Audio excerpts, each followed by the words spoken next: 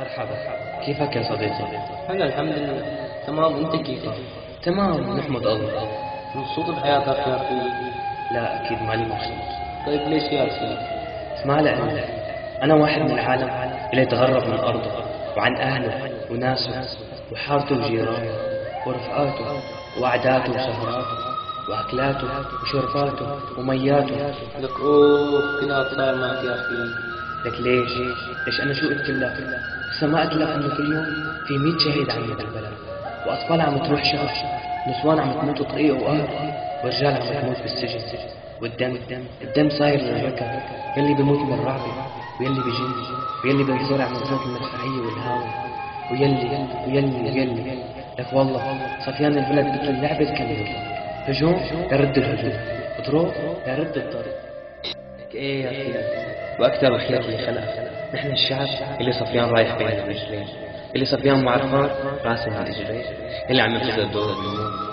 لك نحن الشعب اللي فرقتنا كلمة مؤيد ومعارض.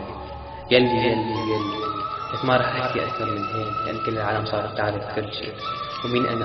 بس بدعي من الله يفرج عن بلدي أحسن شيء. طيب يا أخي، ما تعبتوا ومليتوا وقرفتوا البلد واللي فيها واللي عم يصير فيها والعيشة فيها؟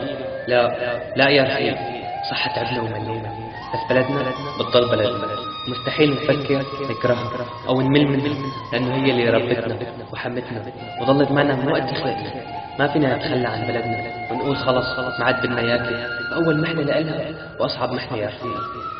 نحن شعب ما بنموت يا رفيق، صامدين لأنه عنا. تعرف يا صديقي، أقسم بالله شهيت نكون من بلدها.